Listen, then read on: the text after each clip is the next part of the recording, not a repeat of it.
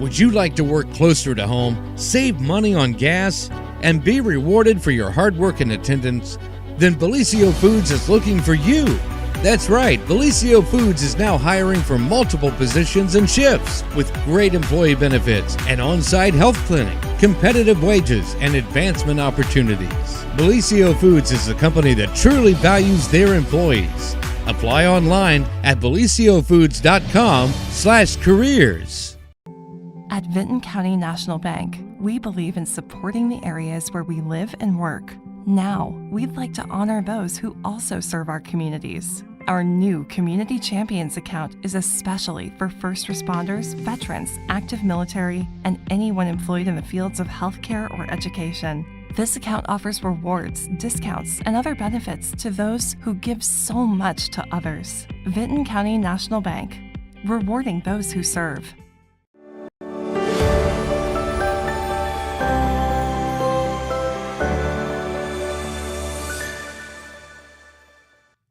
Good morning, everyone, and welcome to the morning show right here on Main Street TV, where we have some wonderful, fun guests this morning, and our friends from the OSU Extension Center or office, or however you want to say it, out there on Standpipe Road.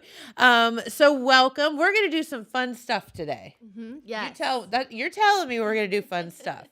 I'm so sad I missed the butter making. Yeah, we had a really fun time making butter, and it was really good. We had some Hawaiian rolls, and everybody in the office got to try. It was awesome. Except for Jen. Well, we've got something to make up for that today. Okay. Today, we're actually going to be talking about chocolate. So one of our big after-school programs that we do for our elementary schools and middle schools is talking about chocolate. So we got different types of chocolate here. We've got milk chocolate. We've got 70% cacao chocolate and then 90% cacao chocolate. So breaking into it, just kind of some of the background about chocolate. Chocolate is mainly produced in kind of the warmer climates. So you talk about Costa Rica, Western Africa, those areas that have very high humidity, very high heat, a lot of precipitation. Is that because that's where the beans grow the best, probably? Right. So the beans grow actually in a pod. So they grow in a big pod that's in a tree. So they kind of look like bananas in a cluster. They're going to be a big pod in a tree. So those trees take up a lot of that water that's in those climates. Kind of rainforesty climates. Right. Yeah, that 80% precipitation or 80% humidity. I don't know about you. I don't want to live in 80%. No, but I do know in going to Costa Rica that they are known for their coffee, and I would have to think that that is for the same reason.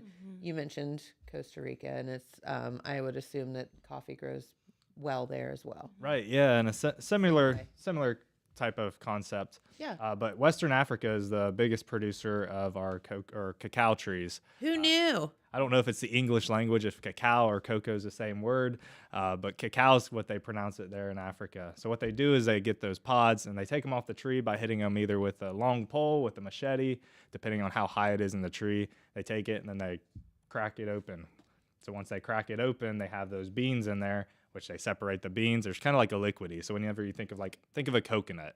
So if you have a coconut and you have that nut inside of it that they pull off, there's also a liquid in there. Okay. So that liquid is called cocoa butter, which I'm sure you've heard of cocoa butter. Yeah, we put that on our skin, right? Right. Yeah. So they take that cocoa butter and they separate that from the seeds or from the beans.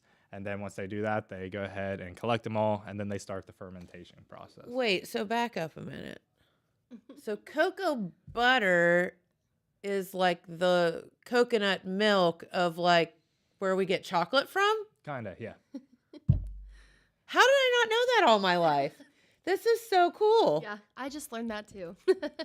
So it's also Good. You live with them, and I feel good now. It's also a little bit of the oil that comes off the beans too. So our cocoa butter is that fat that's inside of it with the beans. So there's some that come off the beans later in the fermentation process that they work on. Okay.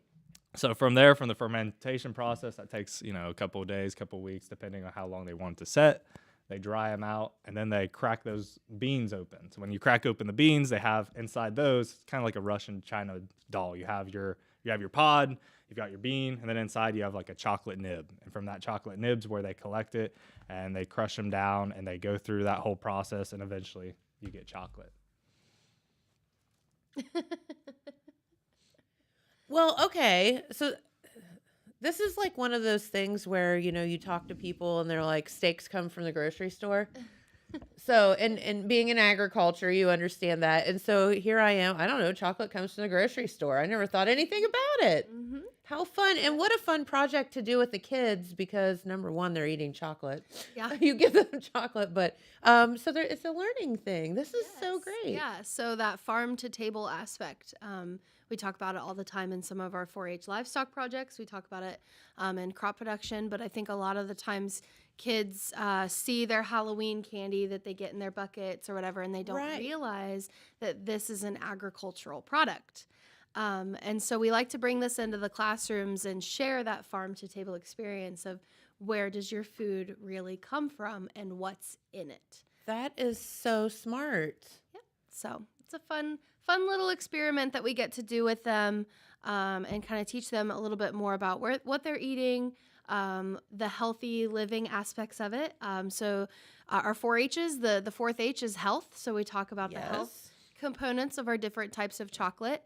And then we get the fun 5 senses and get to do a little taste test along with it. So And you guys brought chocolate and you said that we're going to go through that as well, which will be very, very fun. Yeah.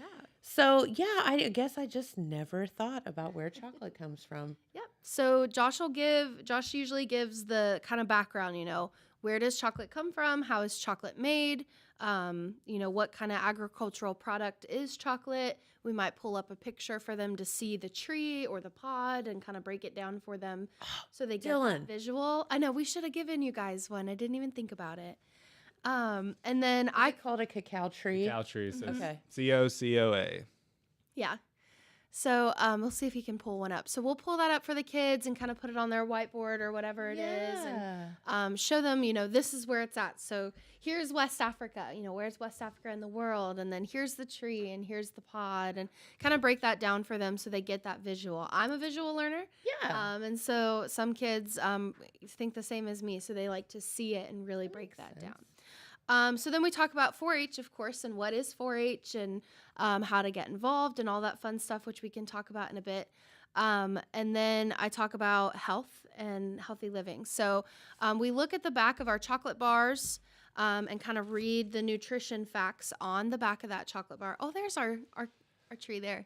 Oh, So that's the pod we're talking about. Yeah. That's how they grow, kind of and like how that bundle. big is that? Because it's hard to tell in that picture. The average size is roughly around the size of a hand, maybe a little bit larger than Oh, that. it's that big. Yeah, it's like a it's a pretty coconut. big. Like it's yeah. Okay. Yeah, they're And then there's all these different layers within that. So when you kind of peel it open like a banana almost, and then it's got these, it's kind of like a white waxy substance with all of these little beans in it. And then you pull those beans off, and then within that bean is what's it called? A chocolate node or The nibs. nibs. Nibs. That's what it's called. And so that's where they pull that chocolate out of. So you don't just roast the whole bean. You actually have to get what's inside the bean to make the chocolate. And each one of those pods will have roughly 20 to 40 beans in it. So each You're one has wondering those. who's the first person that figured that out? I don't know. I think about that a lot, but bless them. I mean, man. I know, Yeah. right? I love chocolate. You have single-handedly made the world a happier place by Right. coming up with this. Yeah. Yeah, so we look, we get from there to our chocolate bar that you would buy in the store. Okay. And so today we've got Lindt, fancy, nice, Ooh. high aren't we? quality Wait, chocolate. we can hold our pinkies out Yeah. while we eat that. But if we have a classroom of kids, we might bring them a good variety. So maybe some little Hershey's and some little Doves, some different types of chocolate to try. And then, of course, a good cacao that they can try. So Have you ever had a kid be like, I don't like chocolate? I know, right? Well, they don't typically, I don't know. They don't typically like the bitter. They're used to this sweet milk chocolate. But we always take a look at the back and we look at our nutrition facts here. And we talk about, saturated fats, total grams of fats, cholesterol, sodium. And we do a compare and contrast on the backs of these chocolate bars to see what the difference is. So something that's kind of interesting that I've kind of pointed out here is we've got our milk chocolate here. Which is what we all kind of think of as like but probably not as healthy for you, right? Well, we've got 160 calories here on our milk chocolate. And then here at the very end of our spectrum, we've got a 90% cacao with 200 calories.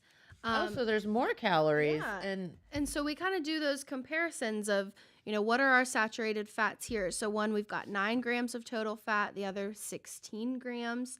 But our sodium levels are a little different. So for our milk chocolate here with less calories, we've got 35 grams of sodium. Okay. Whereas with our cacao, 90% cacao with 200 calories, we only have 5 milligrams of sodium. Oh, so a big sodium difference. Huge. So even though we might just be looking at calories, there are other aspects here that we have to look at when it comes to healthy food choices. Because you hear, on the news and whatever that doctors recommend, for your heart health and all of that. Some dark chocolate's good. Red wine, they say, and they go hand in hand, let's just be honest. But so I just assumed that this darkest chocolate would be like lower in calories and lower in everything, but not necessarily. So it's taking things in stride, right? So some things are good in moderation. So they say that your darker chocolates are better for your heart health, less sodium, less cholesterol. So better for blood pressure, decreases that bad cholesterol, the LDL levels, all of that.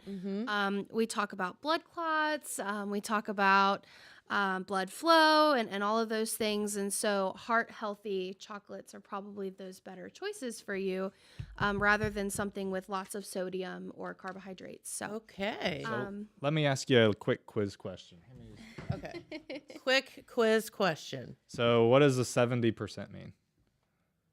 So we have a 70% cacao, and then we've also got a 90%. What's that 70% mean? I would assume that means the amount of the cocoa nibs in it. Right. So that's going to be our pure cacao that's in our cocoa. So this one has a minimum of 70%. So whenever you talk to kids, I always like to talk and say, what taste do you taste whenever you taste chocolate? And they're usually like, sweet. Well, actually, whenever you have more of the pure chocolate into it, it's going to be more bitter. So it's going to be our more 90%. If we look at our 70% dark chocolate, 90% dark chocolate, and we look at our milk chocolate won't say on the front, but on the back, like Maddie was saying, it's got 31% of the chocolate in it. So if you look at the ingredients, 70% other It's stuff. going to be 70% other stuff. If you look at the ingredients, this one's going to have sugar, cocoa butter, milk, and then chocolate.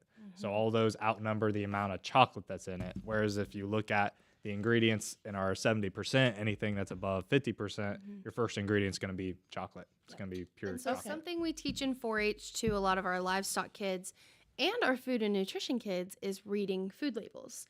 So if you take a livestock project, you have to learn to read your animal's food label.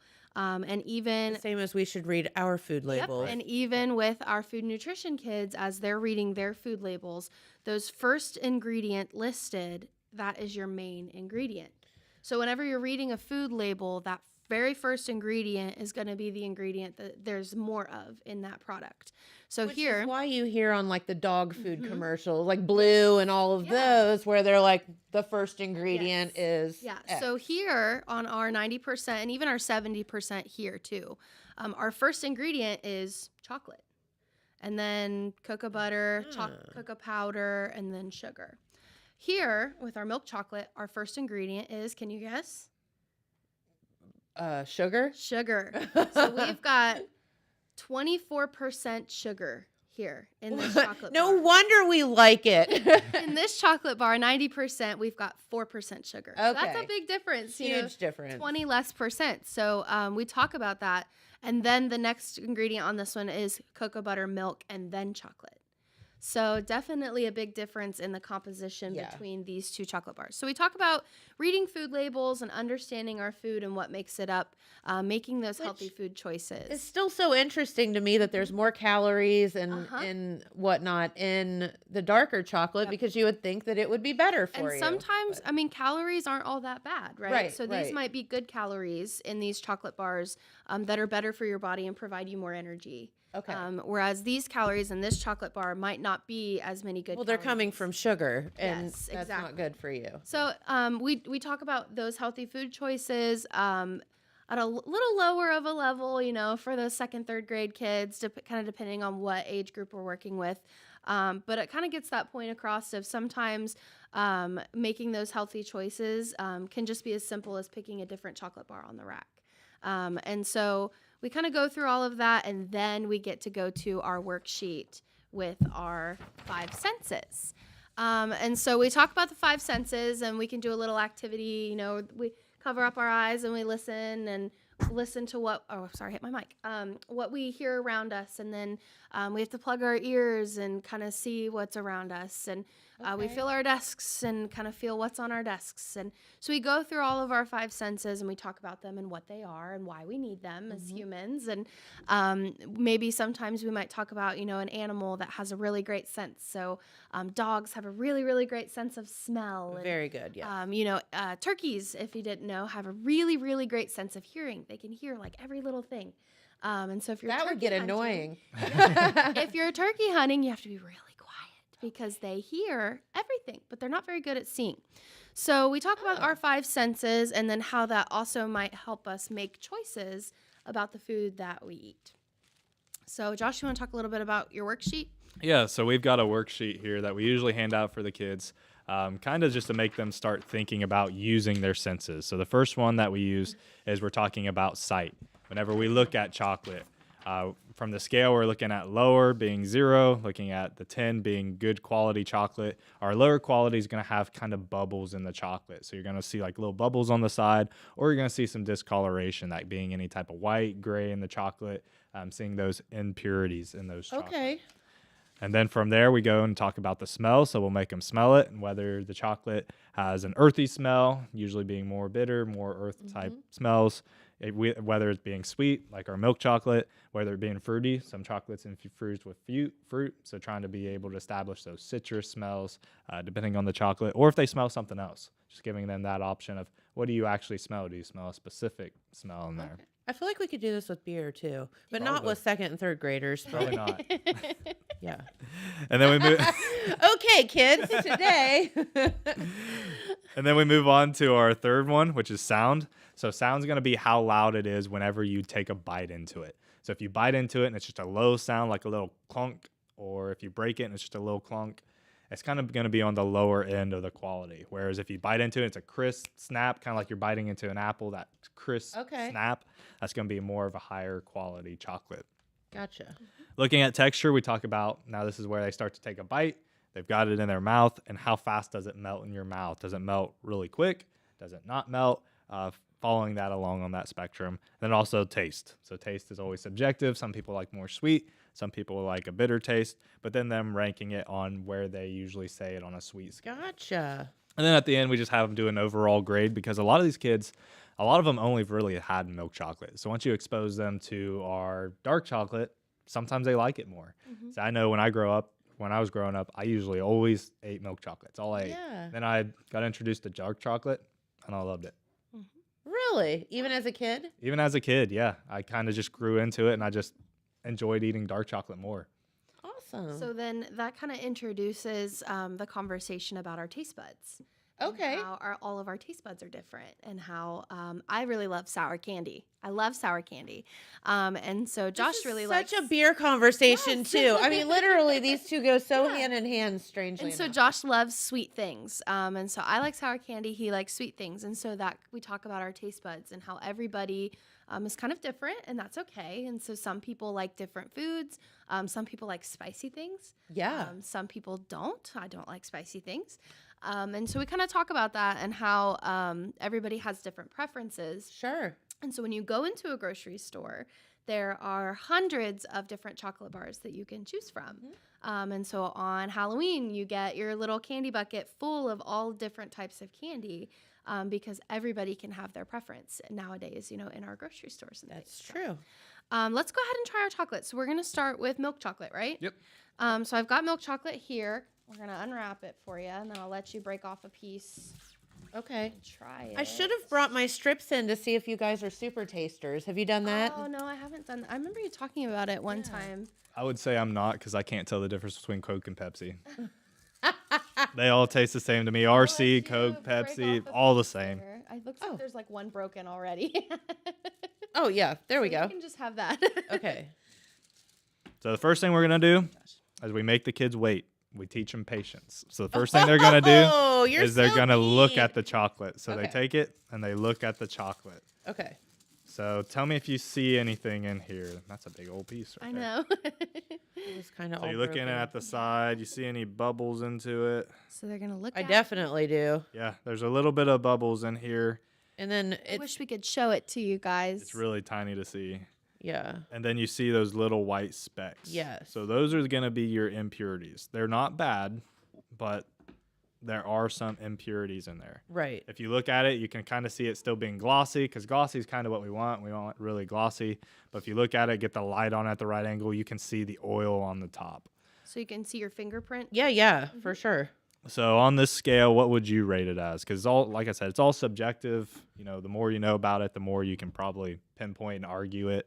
But where would you put it on the site scale from 0 to 10? 0 being very low quality, 10 being super high quality. I mean, I would think, and I haven't seen the other pieces of chocolate, so I guess, we could compare those all at one time, but I would think, because there are quite a few like variations of color and stuff like that. So I don't know. I'd go with like 5. 5? Yeah, I would agree with that. Say I would personally put it as 6, so 5 and 6. Okay. Maddie, what would you put it in? I think a 6. Yeah. Okay. I think it's Well, I'm still being good mean, chocolate. so. Yeah. So I'm gonna mark a little X on my little 6 here. So we just have them kind of mark and collect data. Oh, I dropped my chocolate bar on here. And so we also talk about the importance of scientists and collecting data and in food production. Yeah. How it's important to collect that feedback. Because what happens if we make a chocolate bar that's really, really nasty? Are people going to buy it? Well, no. Probably not, right? So we talk about how it's important that we look at our feedback and what we think so we can make our food better so everybody enjoys it. Okay. So now the next step, we're still not eating it yet. We're still teaching patience and talking about our smelling it. So you're going to take it up. They're you're just gonna smell mean. it. It's discipline. We got to discipline them. Okay. So give it a good sniff. Smells good. Smells like It does chocolate. smell good. Yeah. I feel like I don't get like a super overwhelming chocolate, I feel like it's just I almost get, I definitely get the sweet, but I can see where you could almost say it's fruity as well. Fruity? What type of fruit smell do you smell? Citrusy? Mm-mm. like a raspberry. Yeah. Raspberry? Yeah. Like a berry kind of thing. Berry, yeah. So that's where you can put 2 marks on this one. You can put Okay. sweet and fruity. Okay. Cool. And now we get to the step where we talk about sound. So like I said, most people will say, well, how are we going to hear chocolate? Well, you just take it, you break it. I don't know if you could hear that. Okay. But Are you ready? Oh, that was pathetic. It wasn't very loud, was it? No. So then they go ahead and they can put it in their mouth, and then they can bite it, and they can bite it to hear the sound as well. Okay. So, Now, did it make a big sound whenever you bit into it? no. Not really. Not really. So that's going to be like kind of our low quality. Now, the other thing that comes with sound and kind of with texture too is talking as whether it crumbled when you bit into it. So when you bit into it, did it break into 2 even pieces, or did you have any crumbs that came off? I feel like it kind of like, Yeah, it just falls apart. yeah. Okay. So on that scale, 0 being low sound and crumbles, 10 being crispy, holds together pretty well, where would you put it at?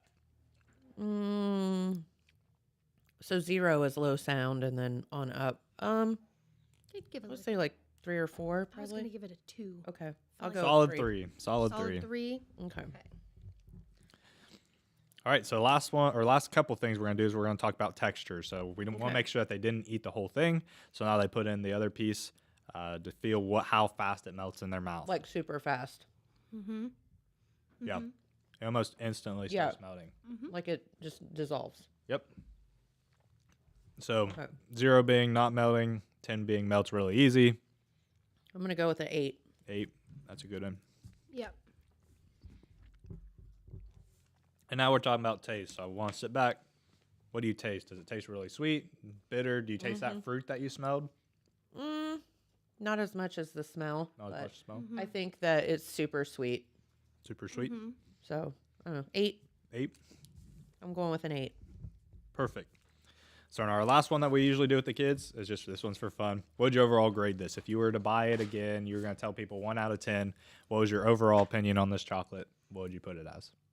6. 6? 6 out of 10.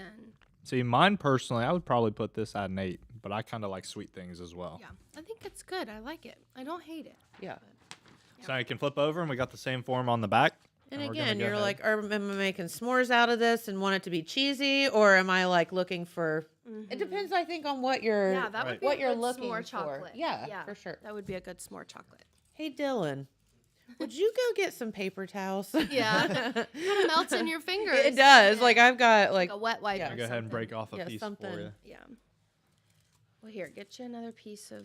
Okay. I don't want to touch all the chocolate. Oh, it's all right.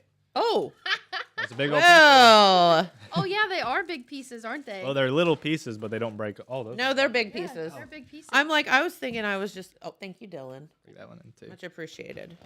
That way we don't have it all over us. Thank ya. All right, so we're gonna do the same thing. So we got our dark chocolate right here. Okay. So first off, you can obviously tell there's a big color difference. Yeah. Looking at the really light browns, Oh, now wait. we're looking at a I have real to flip my dark sheet brown. over. So we see the color difference. Okay. Now Yes. Let's go ahead and start looking for any of the impurities in it. Do we see any white in it? Do we see any bubbles in it?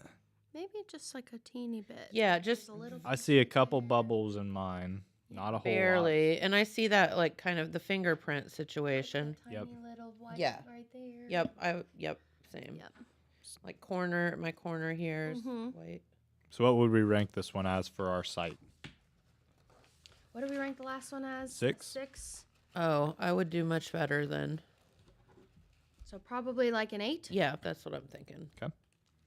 And this is what we like to do with our kids. Today we're not going to be able to show the difference, but usually we have, like we said, we have 2 Hershey's. We have a light chocolate or And then milk chocolate and a dark the chocolate dark one, Hershey's. yeah. And we have a milk chocolate and a dark chocolate of a Dove. So we get to see 2 different brands. Oh, okay. And how they compare to each other. With That's today, a good idea. we have all Lindt chocolate, so there's not going to be too much difference in the Sure. quality makeup. So smelling it, Okay. what do we smell?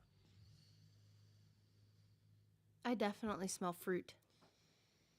You smell Smell fruit? I get an earthy smell. See, I think it's more earthy. I get an earthy smell. Maybe my nose is just off. Yeah, I get an earthy smell from that, Earth. which is Yeah. going to be more common with our For sure. darker chocolate. But I don't think it smells as sweet. I Yeah, definitely get It's not as earthy. sweet. All right, now we're back to sound. Okay, wait. All right, ready? Oh, way A better. lot louder, right? That one was loud, I feel So like. with sound too, before we do it, make sure we go ahead and bite it with our. Oh God. Don't bite it with your front teeth. So it was a pretty loud crisp. Yeah. Did it fall apart any? Did it break into just 2 pieces? Have any crumble in it? Not at all like the first one. Yeah. Yep. I feel like it was a good 2 pieces. Yeah. So where would we rank that one at? I'm going to go with 8. 8.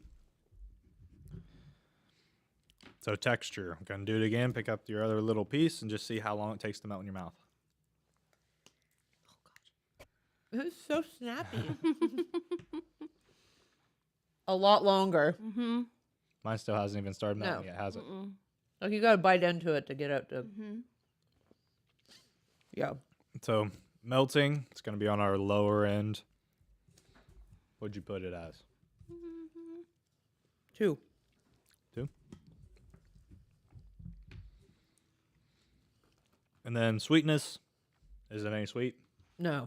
Well, It's not bad, right? no. It's not terrible. It's not It's bitter. not like it doesn't make my eyes water, Mm-hmm. but there's definitely more bitter in it. Yeah. Yeah. I'd say like a 4. Yeah, that's what I was. a good gonna say, number. too. Yeah. So this is a bitter where I like it. It's not too bad. Personally, I'm going to give this one overall of 9 because I Oh. like the sweetness on it, I or would the give bitterness in it. it like a 7. It's not my favorite. Yeah. What do we do? The 6. Yeah. Yeah. A 6. Yeah. Okay. All right. Okay, now we got to open up. Okay. 90%. This is 90%. Oh my gosh. Go ahead and take that and slide it over. Is this going to make our eyes water? I don't know. I don't think I've ever had a 90%. I don't know that. Yeah, I don't know that I have either. Don't make s'mores with this, kids. Oh, wow. Look at that. So Oh, already, it's like black. yeah, already you can see the difference in Oh my. the cocoa.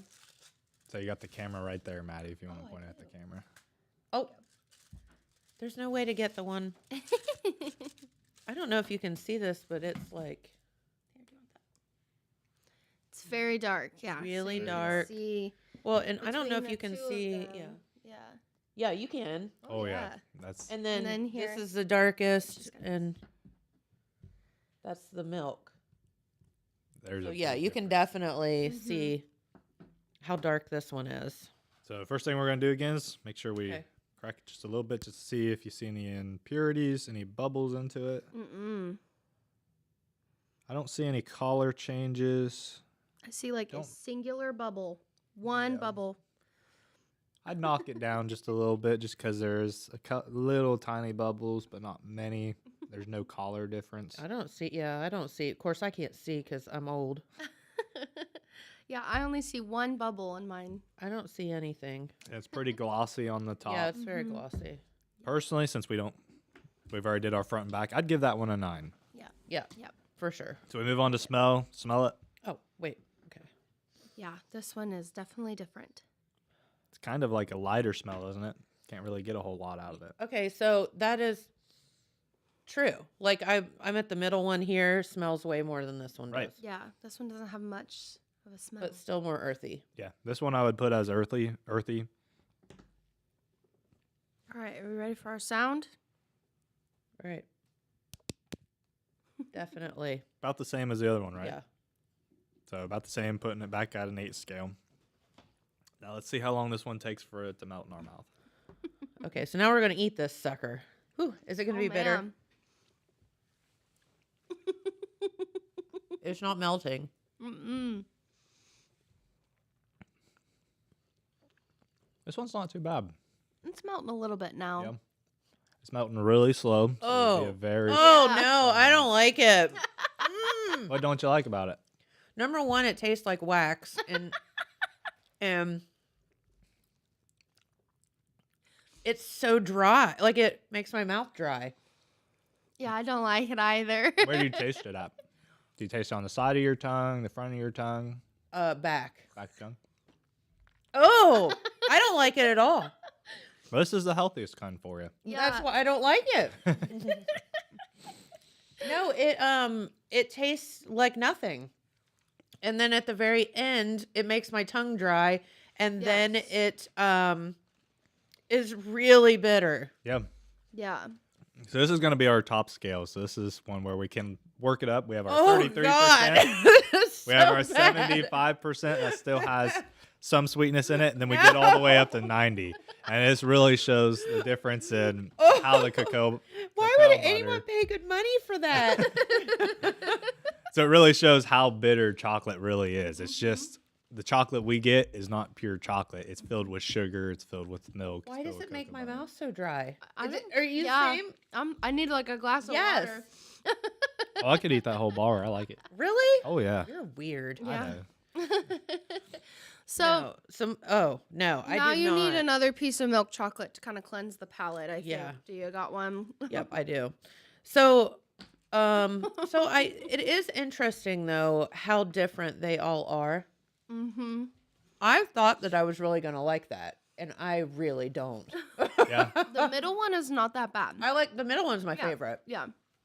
So one thing that we always like to talk about afterwards, just kind of talking about the chocolate, the making process, is how did they get that fruit smell into it? Well, they can incorporate it by either one, mixing in straight fruit in any type of oils, roasting it with any type of fruit, getting that earthy smell. A lot of this dark chocolate is roasted, so getting that longer roast time to get it more of that dry taste in our mouth. Talking about how that and all different types of combinations they can make just to make chocolate taste different, because all this is chocolate. It all tastes completely different. Mm-hmm. Yep. And we talk about chocolate bars that have like those are my favorite, the kind with caramel inside them. Oh, those are my favorite chocolate bars. But sometimes those chocolate bars can be at a lower quality because they have to infuse it with different things and make it a little bit more stable so it stays on the shelf. Sure. So we give them kind of all that information. Yep. Yeah.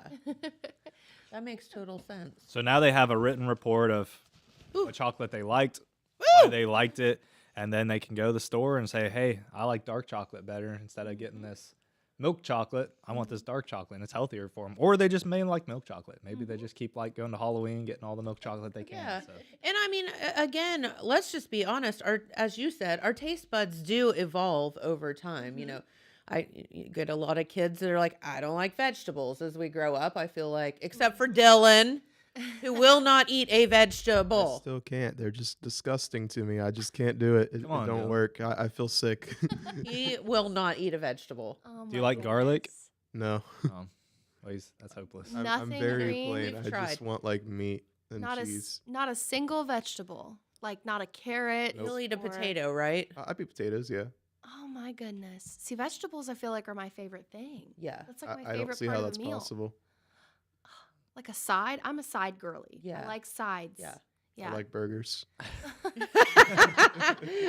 Well, we can have a show about how those come to your table as well. But but no, it's he's not. But it's funny how our taste buds do evolve. Like I know, I don't like tomatoes, and all of a sudden it's like, well, ketchup's okay, and then the next thing I know, I can eat tomatoes like all the time. Like I love tomatoes.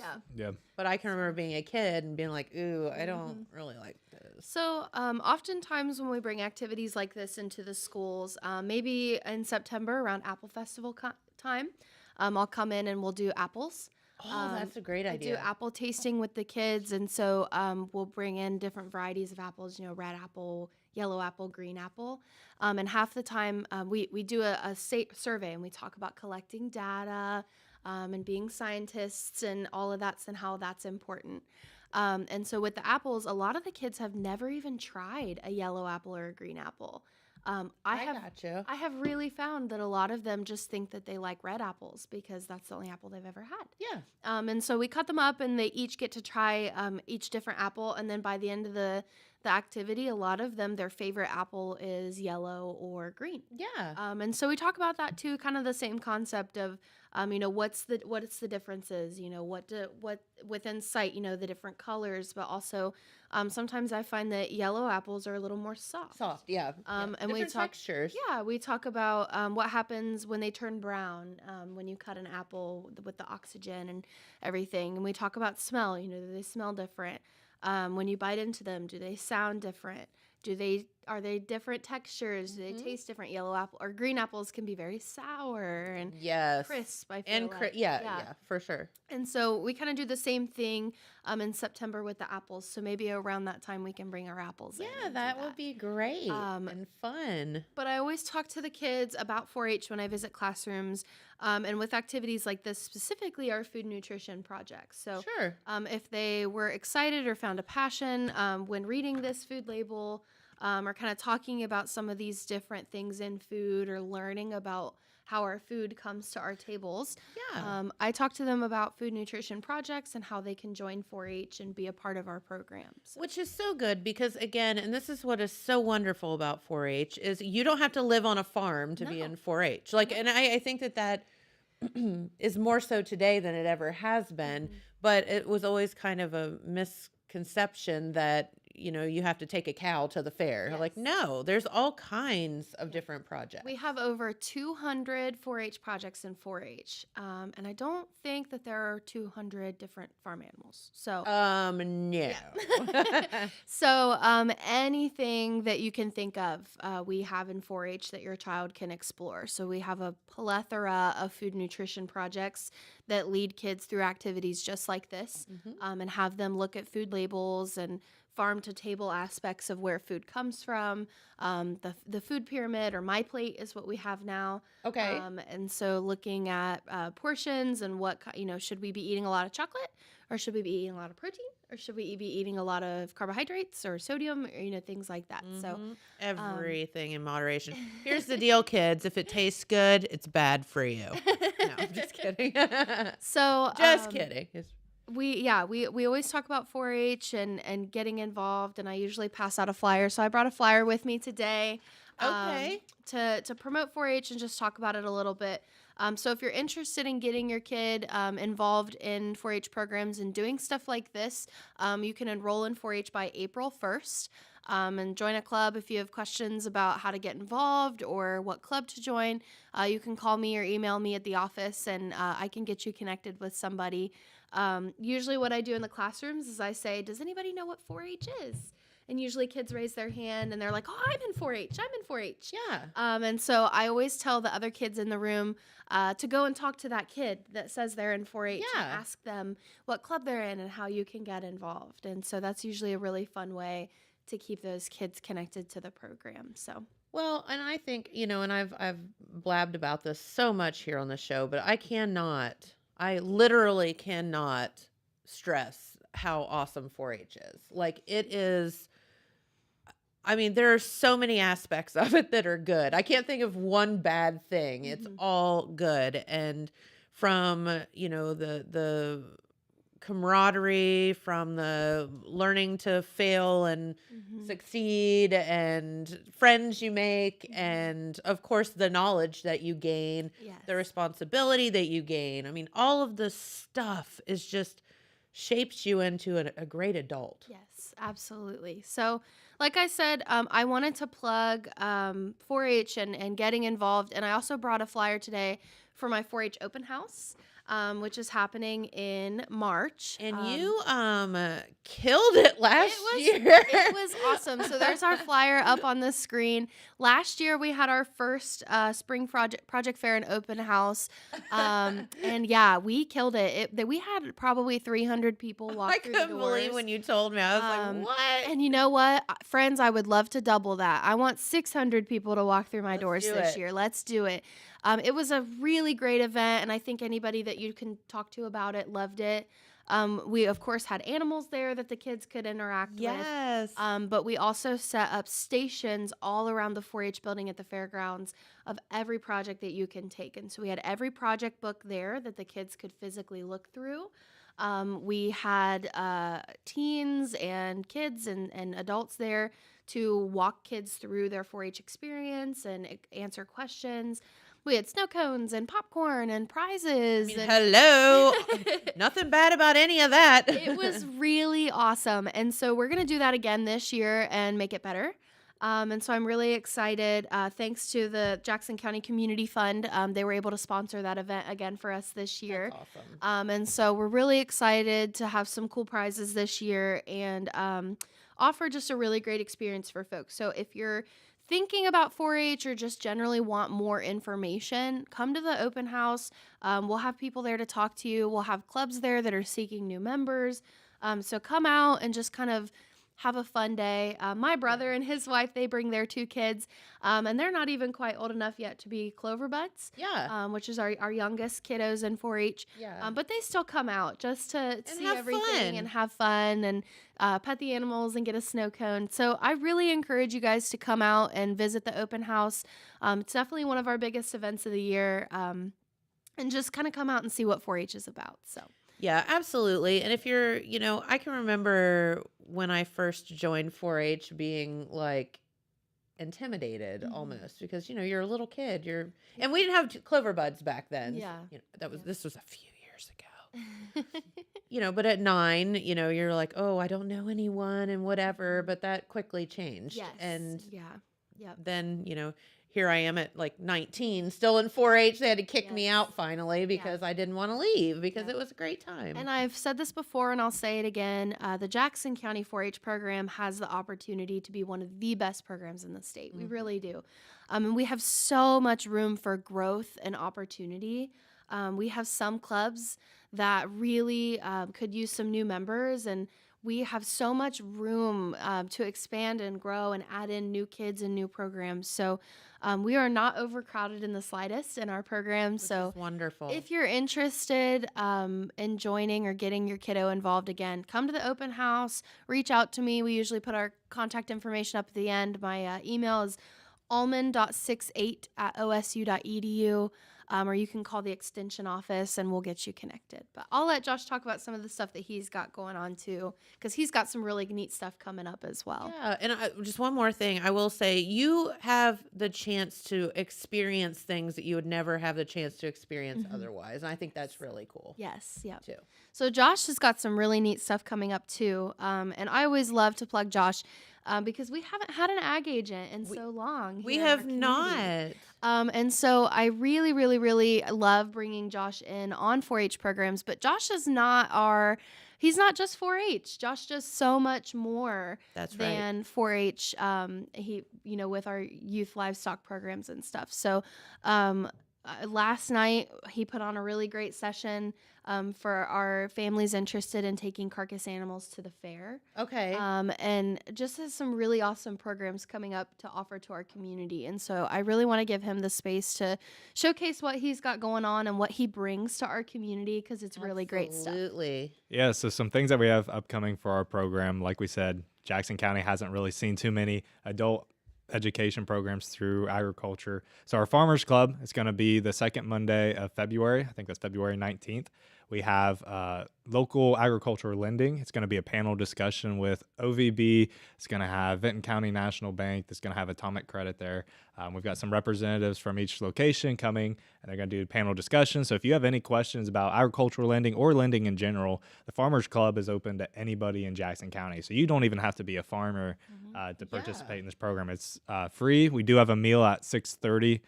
We do $5 just to cover the cost of that. If you don't want the meal, you can come at 7, and 7's the start of the program, and the program's completely free. So we have the Jackson County Farmers Club sponsoring that, and those local banks coming for that. And that will be where and when again? That's going to be at the Jackson County Extension Office right there, right off Standpipe. Yeah. That's going to be on February 19th. Okay. So we'll also post that on our Facebook page. If you're not following our Facebook page, I think it's Jackson County OSU Extension. You can follow that, and you'll be able to see all our updates. But we also have a Weeds University. So if you're interested in agronomic weeds, seeing the new trends that are happening through that, it's going to be a statewide program.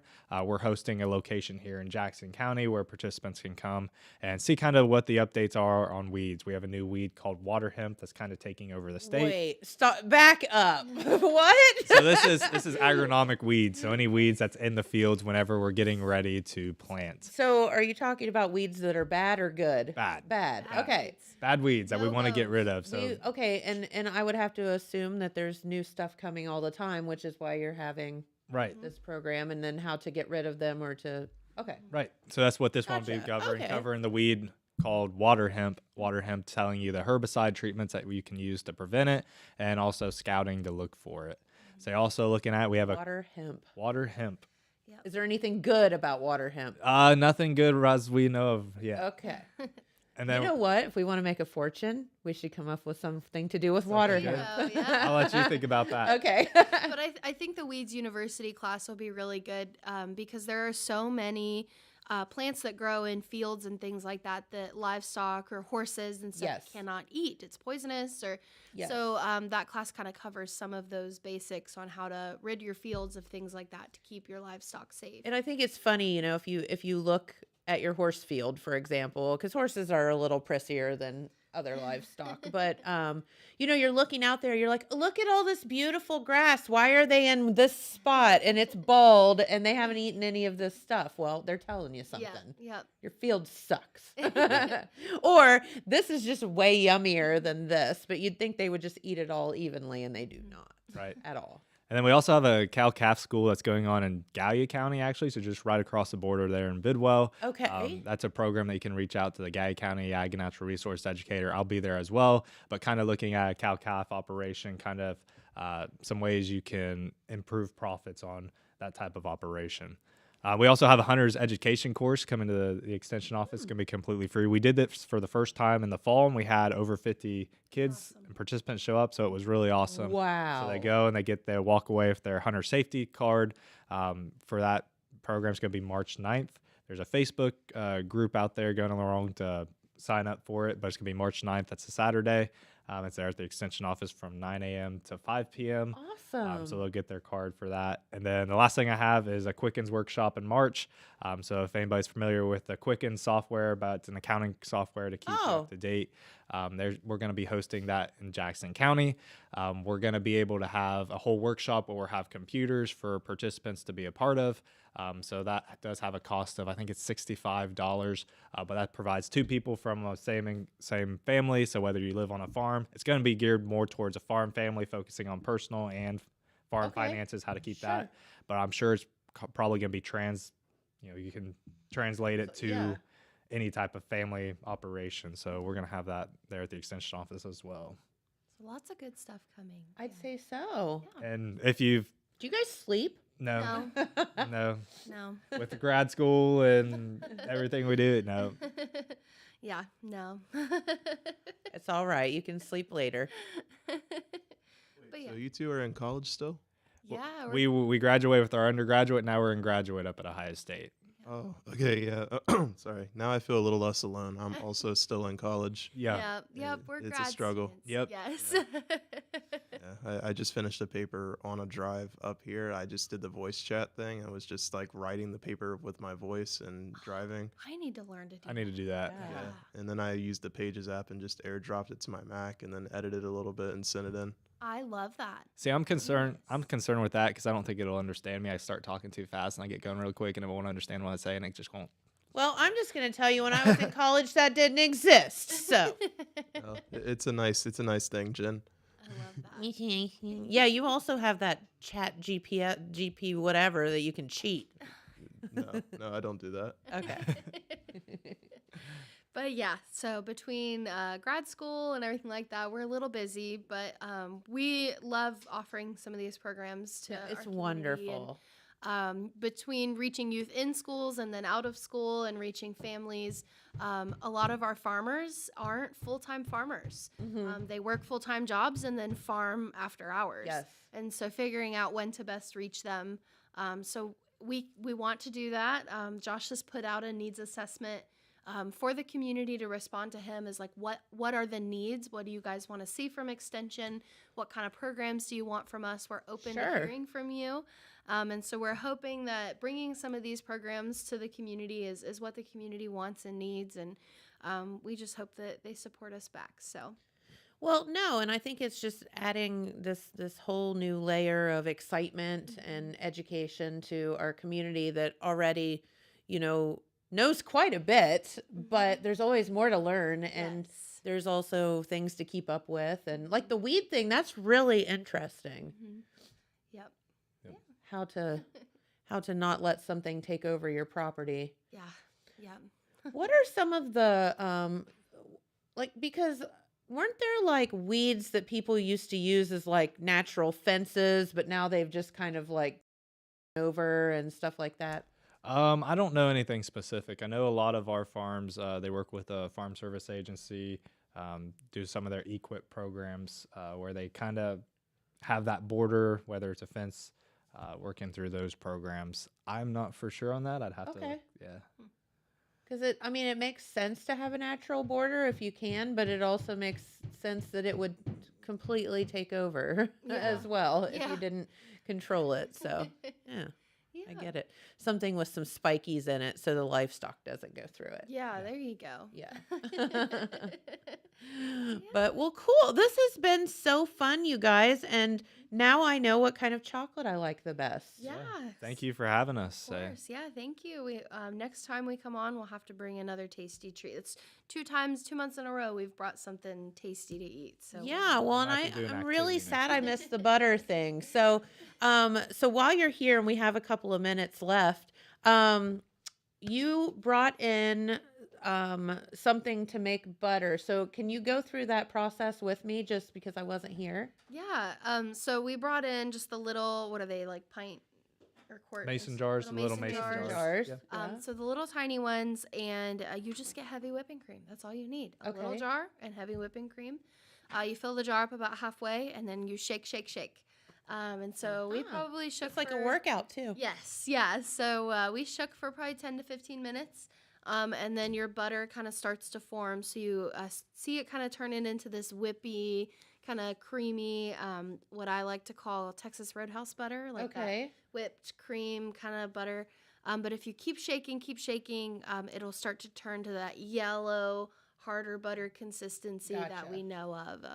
And so we had some sweet Hawaiian rolls and some seasonings when we were able to season our butter to the flavor liking, and then we had our dinner rolls with the butter. So, but you need to make sure that you eat your Wheaties beforehand because it's a lot of shaking. It is a lot of shaking, and by that time you're tired. It's like having that shake weight where like you shake it the whole time. So whenever we do that activity in the schools, we usually have kids and partners and have them trade off. That makes so sense. They can shake their jars together, and we play shake, shake, shake, shake, shake, shake. And they're really excited for the first 5 to 10 minutes, and then they bring it up to you like, "Oh." is it done? Is it done yet? I'm so over like, nope, this. keep shaking, keep going. Oh my God, that's so funny. But we talk about where butter comes from, again, that farm to table aspect of where our food comes from and how it's made and what goes into it. And then they get to have that tasty treat at the end of all of their hard work. So there is a, big, so my dad grew up on a dairy farm, which is where you all are now. And Carmen's is now. Oh, yeah. And so all that was my whole family's, all of that, was our family's, farm way back when. And, he always talked about, and I obviously wasn't around back then, of how milk then is so different than it is now. So obviously it's pasteurized. There's all kind of stuff that goes into it. And my Uncle Lewis was actually the milkman, and he, went around and delivered the milk and all that. But you can't do that in today's world because, well, I'm sure it's just a safety thing, whatever. But so if you would get milk straight out from a cow, is that what you would shake to make butter? No. So you would have to let it settle. So it's going to settle, and like your milk's going to hit from the top. That fatty whipping cream is going to come to the top. You're going to skim off that top, and that's your heavy whipping cream. So that's gonna be it. What is butter? Butter is essentially just fat. So whenever we're shaking that. Is that why it tastes so good? Yeah, that's exactly why it tastes so good. I could just eat a tub of butter. I'm so weird. If you haven't learned anything today, anything that tastes good is probably not good for you. Yeah, we've said that a couple of times, haven't we? But whenever you shake it, so whenever you're shaking that heavy whipping cream, what you're doing is you're pulling that fat, that butter, apart from the actual buttermilk. So whenever you shake it, you'll have two things in the bottle. You have your buttermilk, which is just going to be that liquidy water milk type, and you're going to have your actual butter in it. So it's going to separate into two different things, which we like to always talk about the kids, that physical change. That physical change is changing from liquid to a solid. And if you leave it there and just let it sit in the fridge, it's going to revert eventually back into a liquid. So, and that's what I was going to ask you. If you make your own butter, how long does it last? Or does it just... I mean, it's raw butter, so it doesn't really have any preservatives in it or anything like that. So which is not all that bad. Yeah, I don't know, probably a few days. Okay. At most. And then, but we usually just get it eaten. I know, like quick. I could eat the whole jar. And when you make the little jars like that, we just make a small amount, and it's usually plenty for the whole class to enjoy a roll or two. Or so it's usually plenty. We usually actually end up taking some home or back to the office because we usually make more than enough that we need. Sure. So yeah, it usually lasts, I would probably say, just probably about 3 days or so, and then probably time to let it go. So then when you say buttermilk, is that like buttermilk like you get at the store, like the more sour part of it? Yep. And then you can take that and pour it off and cook with it too if you want. Yeah. Make your buttermilk biscuits. Make your bread something with it. Yeah, absolutely. So we talk about that and how who knew all of we this? talk about the science, liquids, solids, gases. We talk about it like that. But then we also talk about how food waste and how it's important that we use all aspects of some of the products that we're using. So when we milk cows, we let those liquids settle, so we drink the milk, but then we also use that heavy cream to make butter, which turns into butter and buttermilk, which we can use in different processes. So now you know. So we talk about all of that stuff too. But it was a really fun activity last time. We had a good time making butter, and we had like garlic and chive, I think, and we had cinnamon brown sugar. Love and, that. Yeah, it was awesome. Yep. Well, very good. Well, you guys are just such a delight, and thank you for stopping by and bringing me chocolate. I'll I can remember that. That's easy. And now I know that I like kind of the middle version of the chocolate the best. Yep. Of course. So. Thank you guys for having us so much. We appreciate your help. If you guys have ever any questions, reach out to us at the Extension Office. Again, my email is almond.68@osu.edu. And mine's winters.249@osu.edu. And if you don't want to email us, just come see us. Yeah. We're not too far away. Yeah, stop by in and the say hi. Extension Office, or give it a call, do whatever. Mm-hmm. Not hard to find. Not hard to find. Nope. Okay. We're the big scarlet and gray building on 93 there. You can't miss us. Right by Carmen's. Can't miss it. All right. Well, you two, thank you so much. We'll let you get out of here because you are very, very busy. And we do appreciate you stopping by. And thank you for doing all you do for the kids as well, because that's the whole point, yep. At the end of the day with 4-H and all of that. So keeping our kids having something to do, learning, and making friends along the way. So thank you. All right. Well, we're going to get out of here for the day. Thank you so much for tuning in, and we'll see you right back here tomorrow. Thanks for watching. Bye, everybody. Bye.